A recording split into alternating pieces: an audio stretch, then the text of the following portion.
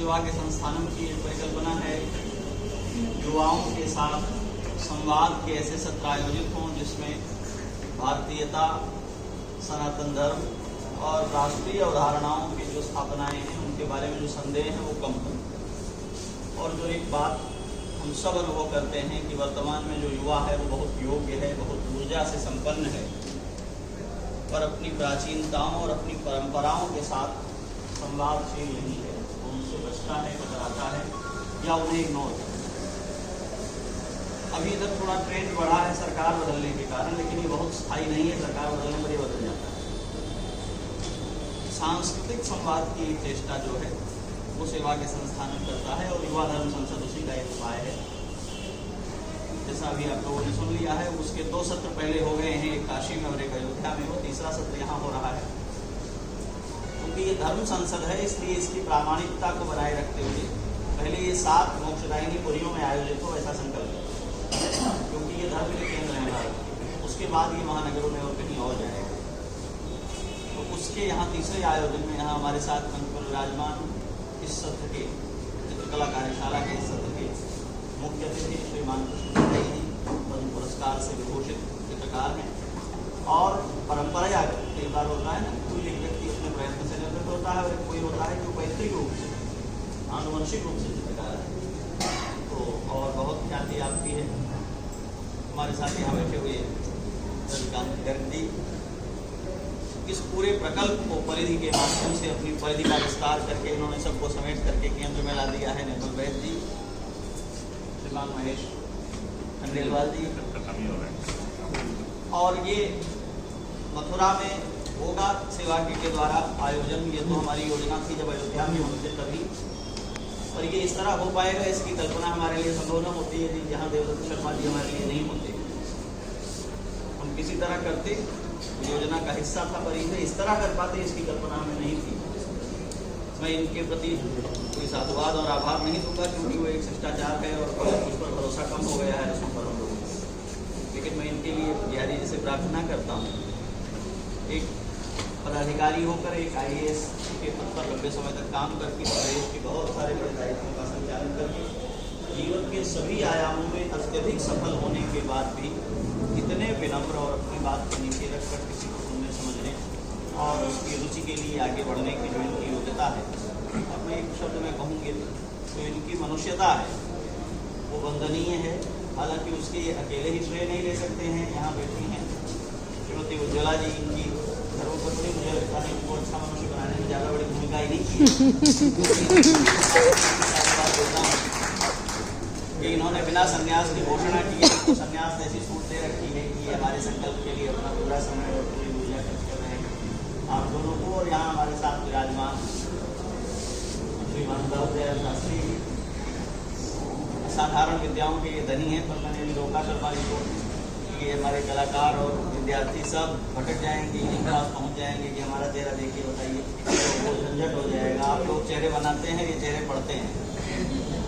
पहले तो आप लोगों के प्रति बहुत संकोच की मुझे इसमें शुरू से रहना था, और कुछ ऐसे पहले दिए हुए वचन और व्यवस्थाएँ थी कि उनमें अटक करके मुझे काशी के कार्यक्रम में भी रहना पड़ा। मैं देर से आया हूँ, मैं सबका नाम उल्लेख पूर्वक अलग अलग पहचान करके संबोधन नहीं कर सकता, पर आप सभी कलाकारों के प्रति बहुत स्वागत, सद्भाव।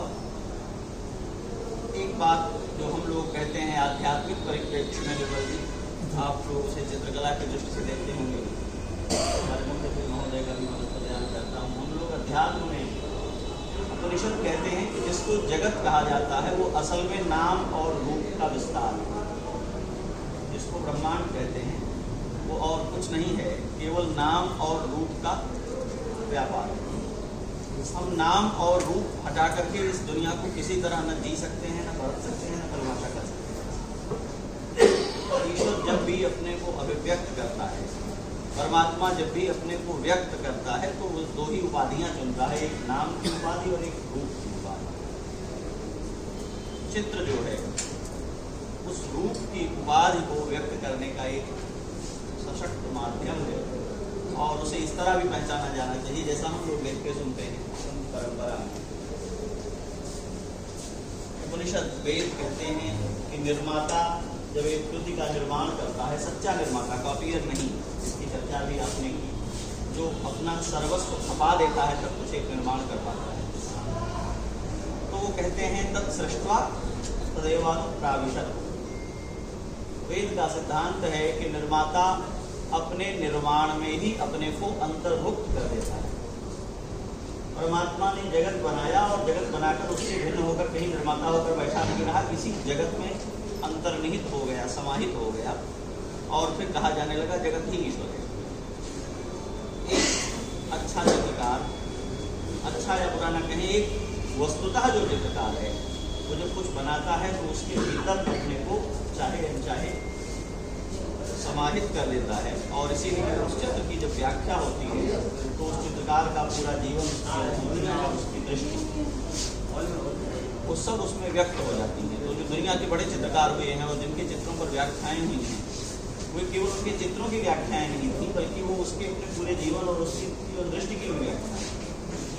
और इसलिए जो आपने कहा कि सबका अपना अपना ढंग है, एक ही गुरुकुल में, एक ही पाठशाला में, एक ही कला की पद्धति से सीख कर निकलने पर भी दो चित्रकार भिन्न भिन्न कुछ बनाते हैं। वो इसलिए कि उन दोनों की चेतनाएं भिन्न भिन्न हैं और उन चेतनाओं से पृथक जो चित्र बनते हैं वो प्रिंटिंग होंगे, फिर वो कॉपी होंगे, फिर वो चित्रकला का श्रेय नहीं प्राप्त करते हैं। महर्षि शुक्राचार्य ने प्रतिपादन करते हुए कहा है कि 32 प्रकार की विद्याएं होती हैं और 64 प्रकार की कलाएं। विद्याएं वो हैं जिनमें वाक शक्ति का उपयोग किया जाता है और वाक शक्ति का मतलब वाणी का व्यवहार किए बिना जिनका काम किया जाता है वो कलाएं।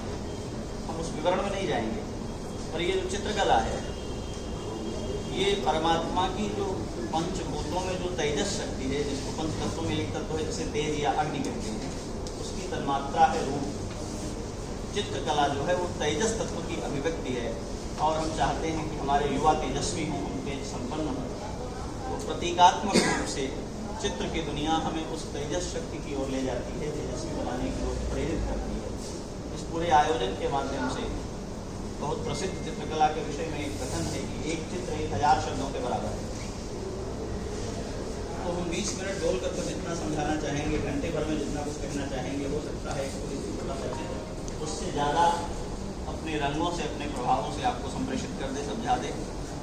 ये जो पूरी कार्यशाला हुई है जिसमें निर्मल जी ने विशेष रूप से सारी भूमिका लेकर के किया, और विशेष बात ये है कि ये केवल मनोरंजन की दुनिया नहीं है, ये बहुत ज़बरदस्त प्रोफेशन है। बहुत पैसा खर्च होता है, बहुत समय खर्च होता है और पूरे जीवन में कमाया हुआ जो अपना ध्यान, ज्ञान, ऊर्जा है वो खपानी पड़ती है, तब कोई एक चित्र निर्मित होता है। और ये बहुमूल्य चित्र हैं, आप लोग सब परिचित हैं उनसे। और इन लोगों ने अपनी उस महिमा को, अपनी उस भौतिक मूल्यवत्ता को किनारे रख करके, कि वृंदावन का कार्यक्रम है, युवाओं के लिए होने वाला एक कार्यक्रम है, सहज भाव से अपना समय दिया और सब लोग आ गए। इसलिए आप सब विशेष अभिनंदन के पात्र हैं। मैं केवल ये शुभकामना देते हुए और भगवान से इस बात की प्रार्थना करते हुए आपका चित्र प्रोफेशन से और फैशन से आगे बढ़ करके लोग के उद्बोधन में, उसको सम्मान दिखाने में, मनुष्य को अच्छा मनुष्य बनाने में अपनी भूमिका अदा करें। आप सबको बहुत साधुवाद और मंगल कामनाएं। मैं पुणे महाराष्ट्र से महाराष्ट्री सुरेश नंदनी सरंजी महाराज, आज के मुख्य अतिथि भाई पद्म श्री कृष्ण कन्हई जी, कार्यक्रम के आयोजक, संयोजक, इस उत्तर प्रदेश के वरिष्ठतम प्रशासनिक अधिकारियों में से एक बहुत ही विभाग जो प्रदेश के मुख्य सचिव भी रहे और मथुरा के जिलाधिकारी भी रहने का जिनको सौभाग्य मिला और फिर मथुरा में अपने सेवा कार्य कर रहे हैं, ऐसे श्री देवदत्त शर्मा जी, आदरणीय कला परिषद के आदरणीय श्री निर्मल वैद्य जी, श्री देवेंद्र शास्त्री जी, श्री श्याम जी, इस आयोजन के और परिषद के अध्यक्ष, प्रमुख उद्योगपति और प्रमुख समाजसेवी भाई महेश खंडेलवाल जी,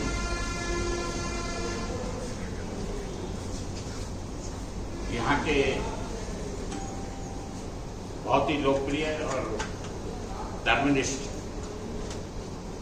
धर्म रक्षा महासंघ के राष्ट्रीय अध्यक्ष भाई सौरभ गौड़ जी, अन्य उपस्थित सम्मानित पत्रकार बंधु डॉक्टर सुनील जी, श्याम जी, उपस्थित मातृशक्ति, सम्मानित साथियों, वृंदावन जो मथुरा और वृंदावन जो सप्तप्रियों में से एक है और 3 लोक से न्यारी मथुरा, ये वृंदावन धाम, और वृंदावन धाम में आयोजित राष्ट्रीय चित्रकला कार्यशाला व प्रतियोगिता का आयोजन 21वीं सदी के भारत और युवा सांस्कृतिक परिप्रेक्ष्य में किया गया है। यह देश के युवा पीढ़ी को दिशाबोध कराने वाला, भविष्य के लिए लक्ष्य निर्धारित करने वाला और अपनी कला, योग्यता, क्षमता से के माध्यम से बहुत लंबे और बड़े लक्ष्य को प्राप्त करने के लिए एक पड़ाव के रूप में यह विश्वास है। भारत विश्व में सबसे युवा देश है और भारत में युवाओं की क्षमता अपार है। उनका कौशल बहुत से क्षेत्रों में, बहुत से कारणों से, उन कारणों में साधन भी होता है, साधनों का अभाव भी होता है और प्रदर्शित करने के लिए, उसको आगे बढ़ाने के लिए जिस प्रचार की, प्रसार की, मीडिया की आवश्यकता होती है उसमें भी कहीं कमी रह जाती है। परंतु उस अपार संभावनाएं जो युवा के अंदर है, चाहे वो मातृशक्ति हो, चाहे युवा शक्ति हो, उसको विभिन्न माध्यमों से आगे बढ़ाने की, शक्ति को निखारने की, शक्ति का उपयोग करने की, कला को निखारने की आवश्यकता है। यह देश और ये क्षेत्र, यहाँ ये कार्यक्रम हो रहा है, ये कला के लिए भी जाना जाता है, यह संस्कृति के लिए भी जाना जाता है, यह सांस्कृतिक विरासत के लिए भी जाना जाता है। इस भूमि के प्रभाव के माध्यम से भगवान श्री कृष्ण और राधा को स्मरण करते हुए उनके चरणों में नतमस्तक होते हुए अब उनकी ऊर्जा को साथ लेकर आगे बढ़े, यह मेरा सभी से अनुरोध भी है और भगवान के चरणों में प्रार्थना भी है कि सभी उत्तरोत्तर प्रगति के रास्ते पर आगे बढ़े। जिन्होंने इस प्रदर्शनी में, इस प्रतियोगिता में प्रतिभाग किया है, मैं सभी के उज्जवल भविष्य की कामना करता हूं। सभी के प्रति अपनी ओर से, मथुरा वृंदावन क्षेत्र वासियों की ओर से और उत्तर प्रदेश सरकार की ओर से भी हार्दिक शुभकामना और बधाई देता हूं। धन्यवाद। हाथ से काम करने वाले 3 तरह के लोग होते हैं। एक तो होता है मजदूर, जो हाथ से काम करता है, उसको सिर्फ काम करना, मेहनत करनी है।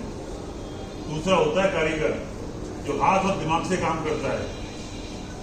वो कारीगरी होती है, आप देख के समझ आता है बहुत सुंदर कारीगरी करी है। 100 रुपये लोग काम करते हैं या और बारीक काम करते हैं, चावल के दाने पे भी लोग पेंटिंग बनाते हैं।